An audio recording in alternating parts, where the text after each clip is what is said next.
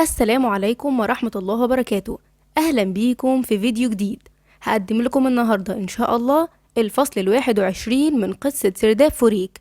بس زي ما احنا متعودين في بداية كل فيديو جديد، قبل ما نبدأ في الفصل الجديد بتاعنا بعرض لكم الكومنتات بتاعتكم اللي بتجاوبوا فيها على السؤال بتاع نهاية الفصل اللي فات. والسؤال كان بيقول: يا ترى خالد هيبقى من التلاتة الفقراء اللي هيفضلوا في الآخر وهيلعبوا لعبة الزيكولا ولا لأ؟ ويا ترى أسيل هتساعده ولا لأ؟ ودلوقتي أول كومنت معانا من الكومنتات بتاعتكو من عائشة محمد، بتقول هو هيبقى من التلاتة عشان هو ملحقش يجمع وحدات كفاية، ولما دور أسيل يجي أكيد هتعمل حاجة تساعده عشان هي بتحبه، واللي بيحب حد هيعمل أي حاجة تسعده. وبتقول كمان بجد بجد روايتك وصوتك وحشوني قوي، تسلميلي يا حبيبتي، بجد انتوا كمان وحشتوني قوي. ندخل بقى على الكومنت اللي بعده واللي من رحمة عشري، بتقول هيكون من التلاتة واكيد اسيل هتساعده.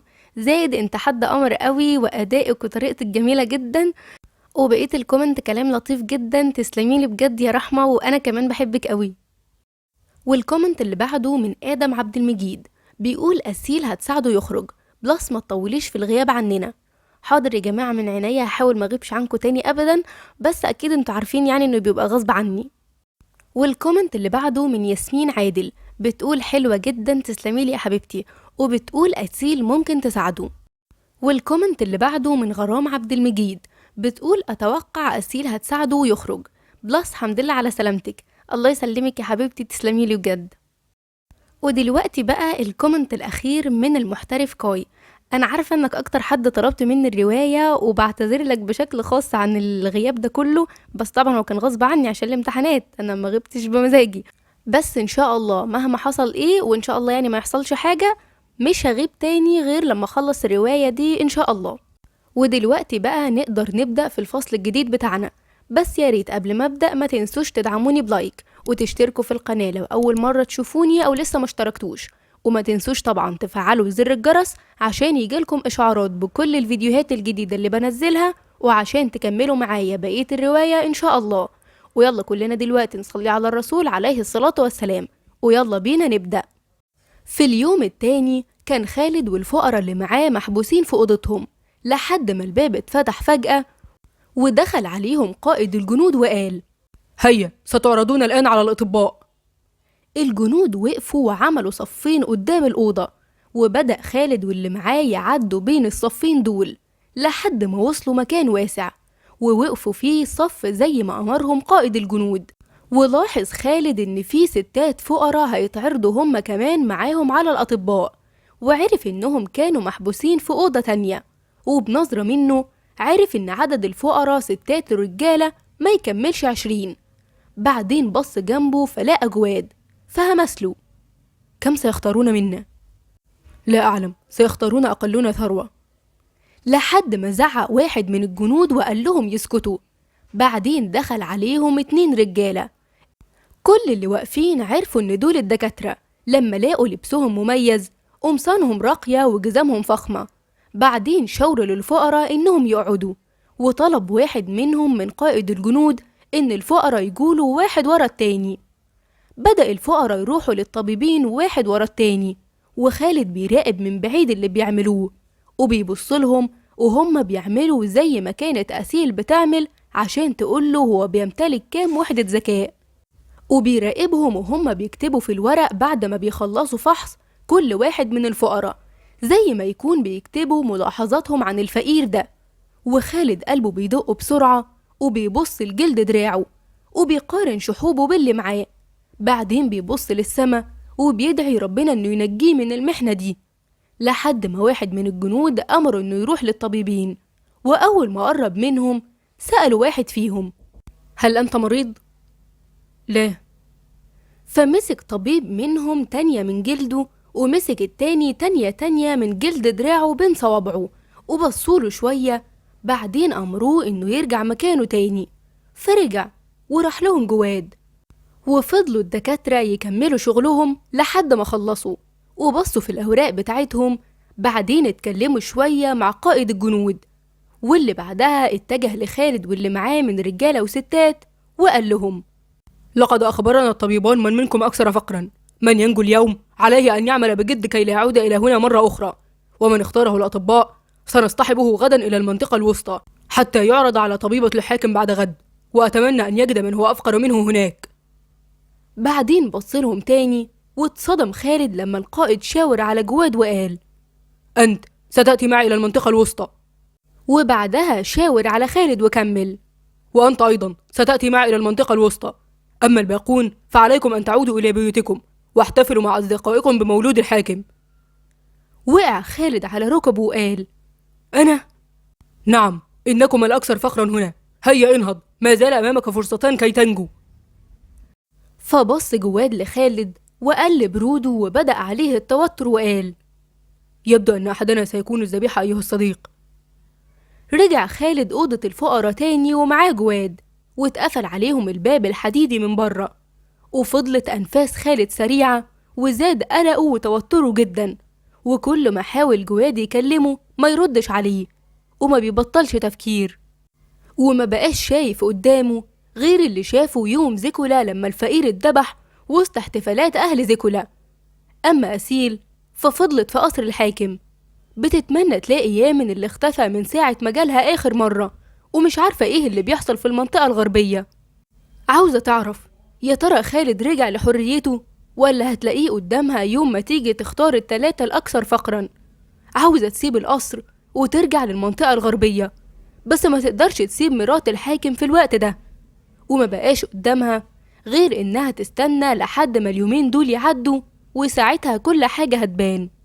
الموسيقى اشتغلت في كل حتة في زيكولا، والأخبار بتتنقل بين هنا وهناك، والكل بيتكلم عن فقراء زيكولا، وبيقولوا إن الأطباء اختاروا فقيرين من كل منطقة ومستنيين طبيبتهم الأولى عشان تقول كلمتها الأخيرة.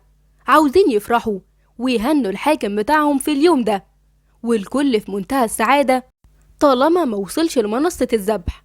بيشتغلوا بالنهار وبيحتفلوا بالليل، عارفين إن كام يوم وهيرجعوا لحياتهم الطبيعية تاني وأعمالهم الشاقة، فعاوزين يغتنموا كل ذرة سعادة في الأيام دي. حتى سور زيكولا اتعلقت فوقه كذا راية ألوانها مختلفة وبترفرف بقوة، وفي نصها نيران مشتعلة بتعلن عن احتفال أهل المدينة، واللي بدأوا يروحوا على المنطقة الوسطى في جماعات عشان يتفرجوا على منافسة زيكولا، ومعاهم أكل يكفيهم لحد اليوم ده، ولحد يوم زيكولا لما يتنقلوا للمنطقة الشرقية اللي فيها أرض الاحتفال ومنصة ذبح الفقير. أما أهالي المنطقة الغربية فاتجمعوا قصاد القصر اللي اتحبس جواه خالد وجواد، واصطف قدامه شوية جنود عشان هياخدوا الفقيرين للمنطقة الوسطى في قصر الحاكم، وصاحوا بفرح لما شافوا خالد وجواد مقيدين من ايديهم ورجلهم وقدامهم قائد الجنود، وركبوا العربية متجهين لقصر الحاكم، وبدأت العربة تتحرك في طريقها للخروج من المنطقة دي. اتحركت العربة وجواها خالد بيبص من شباكها للصحراء الواسعة اللي على جنب الطريق، وكل ما حاول جواد يكلمه ما بيردش، وفضل يبص من الشباك وبس، لحد ما ابتسم جواد وقال بهدوء: أعلم أنك حزين للغاية، وأعلم أنك تسخط على حاكمنا وولده، ولكن لا تيأس يا صديق، ما زال أمامك فرصتان كي تنجو بحياتك. فضل خالد ساكت برضه، فقال جواد تاني: أحدنا سينجو بالطبع، وقد ينجو كلانا. أريد أن أطلب منك شيئا. إن نجوت وكنت أنا من سيذبح، وجاء يوم زيكولا ووقفت بين من يحتفلون بذبحي، ورأيت امرأة تبكي وسط من يفرحون، فاذهب إليها وأخبرها أنني لم أحب بحياتي مثلما أحببتها. ونزلت دموع على خده، فلفله خالد وحط إيده على ركبته وابتسم له وقال: ستعود إليها يا جواد، وستنجبان أطفالا تعيش وتفخر بزيكولا. فابتسم جواد والدموع بتلمع على وشه وسأله: وأنت لا تريد أن توصيني بشيء؟ فسكت خالد شوية وبص من الشباك تاني، ورجع بص لجواد وقال له: إن وجدت شابا في مثل عمري يدعى يامن ويقف حزينا، فأخبره بأنني لم أجد صديقا وأخا مثله. وإن رأيت طبيبة زيكولا تنظر كثيرا إلى السماء ليلا تبحث عن نجم بها، فأخبرها أنها أجمل حقا من ذلك النجم. هل تعرفك طبيبة زيكولا؟ نعم. ابتسم جواد وكمل: هل تحبها؟ نعم. وهي تحبك؟ لا أدري. إن كانت تحبك فلن تتركك لتكون ذبيحة زيكولا. فسكت خالد مرة تانية ورجع يسرح تاني في الطريق وهو بيبص من شباك العربة، وأمر السائق الحصان إنه يسرع لحد ما وصلت العربة للمنطقة الوسطى، وكانت الشمس قربت تروح والشوارع كانت مليانة بناس كتير. وكملت العربة مشيها لحد ما وصلت قدام قصر الحاكم. كانت أسيل في أوضتها لحد ما جات لها خادمة وقالت لها إن فقراء مناطق زيكولا بدأوا ييجوا، فدق قلبها جامد وسألتها بسرعة: هل وصل فقراء المنطقة الغربية؟ نعم سيدتي. هل رأيتيهما؟ لا، لم أرهما، إنهما قد وصلا منذ لحظات قليلة وسيتجه نحو بهو القصر. أستطيع أن أشاهدهما من تلك الشرفة. بعدين شاورت على شباك في الأوضة وكملت: وهم يمرون نحو بهو القصر. فلفت أسيل للشباك، بعدين قالت لها: لا، عليك أن تغادري الآن وأخبريني حين يكتملون. فابتسمت الخادمة وخرجت. أما أسيل فجريت بسرعة على الشباك ووقفت قصاده مستنية إن فقراء زيكولا يعدوا من قدامها. وهي مستنية بدأت أنفاسها تبقى سريعة، خايفة يكون اللي بتفكر فيه ده حقيقي، وبتسأل نفسها: فين يامن؟ وليه ما جاش يقول لها اللي حصل لخالد؟ وكل ما حد يعدي تحت تبصله بلهفة، وبتحس بسعادة لما تلاقيه مش خالد، لحد ما اتنفض قلبها وكأنه طلع بره صدرها لما لقيت واحد من الجنود ماشي وخالد وراه وماطي راسه وماشي بالراحة ومعاه فقير تاني. هما الاتنين مقيدين مع بعض وبيزعق فيهم الجندي: أسرع أيها الفقيران. فمسكت أسيل راسها ورجعت خطوات لورا وحطت ايديها على بقها من الصدمة. بعدين اتحركت تاني ناحية الشباك وفضلت تبص لخالد وهو بيتحرك بصعوبة ورا الجندي رايحين ناحية القصر. فاتملت عينيها بالدموع وقالت لنفسها: ماذا أفعل؟ ماذا لو كان أكثرهم فقرا؟ بتبص للورق بتاعه اللي متبعتر في الأرض وبتقرأ كلماته إنه محبش غيرها، وبتكلم نفسها: إن مصيره بيدي. وبتتحرك رايحة جاية في الأوضة وبتسأل نفسها لما بتقف قدام المراية: ماذا أفعل؟ بعدين تبص للورق تاني وكأنها بتكلمه: خالد، ماذا لو كنت أنت الأفقر بينهم؟ ماذا تريدني أن أقرر؟ وبترجع تاني تتحرك رايحة جاية وتمسك راسها. بعدين تبص من الشباك وتبص على الفقراء اللي رايحين ناحية القصر لحد ما سمعت صوت خبط على باب أوضتها، ودخلت لها الخادمة بتاعتها وقالت: سيدتي، لقد اكتمل عدد الفقراء ببهو القصر والجميع في انتظارك. فزاد انتفاض قلبها: حسنا، سآتي على الفور. فقفلت الخادمة الباب وخرجت، وقعدت أسيل على سريرها وحطت راسها بين إيديها مش عارفة تعمل إيه. بعدين قامت تاني وراحت ناحية الشباك، بس ما بصتش لتحت، بصت للسما اللي اتملت بشفق الغروب وبدأت تتكلم والدموع على وشها: رأيت خالد كثيرا ينظر إلى السماء كلما وقع في محنة، وسمعته يقول: يا رب ساعدني.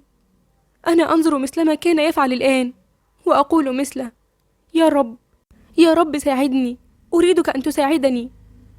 بعدين غمضت عينيها وانهارت من العياط وكملت: ولا أريد أن أظلم أحدا، لا أريد أن أظلم أحدا.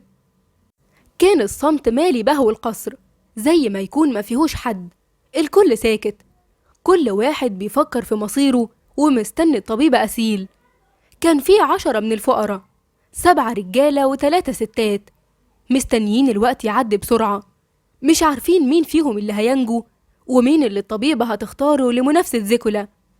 وخالد واقف بيبصلهم وهو ساكت، بعدين يبص لفوق ويقول يا رب، لحد ما كسر الصمت ده صوت دخول أسيل بفستانها الواسع لبهو القصر، ومعاها قائد حرس الحاكم اللي جالها يوم ما زوجة الحاكم ولدت، وقال بصوت غليظ: ستختار سيدتي الآن الثلاثة الأكثر فخرا. فتقدمت أسيل وهي ساكتة، عدت من قدامهم وخالد بيبصلها، وتعمدت إنها ما تبصلوش، حتى إنها كانت عاوزة تلمحه بطرف عينيها، بس بعدت نظرها عنه بسرعة، وهمست لقائد الحرس إنه يقدم لها فقير ورا التاني. بدأت أسيل تفحص كل اللي يتقدم لها وتتأمله، وتحط تانية من جلده بين صوابعها. بعدين تسأله لو كان مريض قبل كده، ولو قال لها إنه كان مريض بتسأله كام سؤال عن المرض، وبتفحصه في أكتر من مكان من جسمه عشان تعرف لو كان مريض فعلا ولا بيقول كده بس عشان ينقذ نفسه. لحد ما جواد اتقدم وبدأت تفحصه، وبصت لخالد نظرة سريعة بطرف عينيها، فابتسم جواد وقال لها: إنه يحبك أيضا. فبصت له ومردتش، وأمرت إن اللي بعده يجي، فلقت خالد بيقرب منها، فدق قلبها جامد، ولمست وشه وإيديها بتترعش، وخالد بيبص لعينيها من غير ما ينطق كلمة. وأسيل بتقول لنفسها: ماذا أفعل يا خالد إن كنت الأكثر فقرا؟ ماذا أفعل؟ بعدين بصت لقائد الحراس عشان يجيب اللي بعده، واللي اتفاجئ إن فحص خالد خد وقت أقل بكتير من اللي قبله، بس أمر بإن اللي بعده يتقدم. وفضلت أسيل تفحص كل الفقراء اللي موجودين في البهو لحد ما خلصت. بعدين رجعت قعدت على كرسي من الكراسي الفخمة اللي موجودة في المكان، ومسكت قلم وشوية ورق وبدأت تكتب شوية حاجات، والكل بيبصلها في صمت، ومفيش أي صوت غير صوت الأنفاس المتسارعة منهم. لحد ما قامت راحت ناحيتهم واتحركت قدامهم رايحة جاية، وبصت لبنت: أنتي اخرجي إلى أهلك. فصرخت البنت من الفرحة. بعدين بصت أسيل لفقير تاني وقالت له: وأنت عد إلى أهلك. فصاح من الفرحة، وكملت أسيل مشيها بينهم، وكل ما تمشي تشاور لحد بإنه يرجع لأهله، لحد ما وقفت مكانها بعد ما تبقاش غير 4 فقراء بس، بينهم خالد وجواد. واتحبست الأنفاس، الكل مستني يعرف مين هو الناجي الأخير.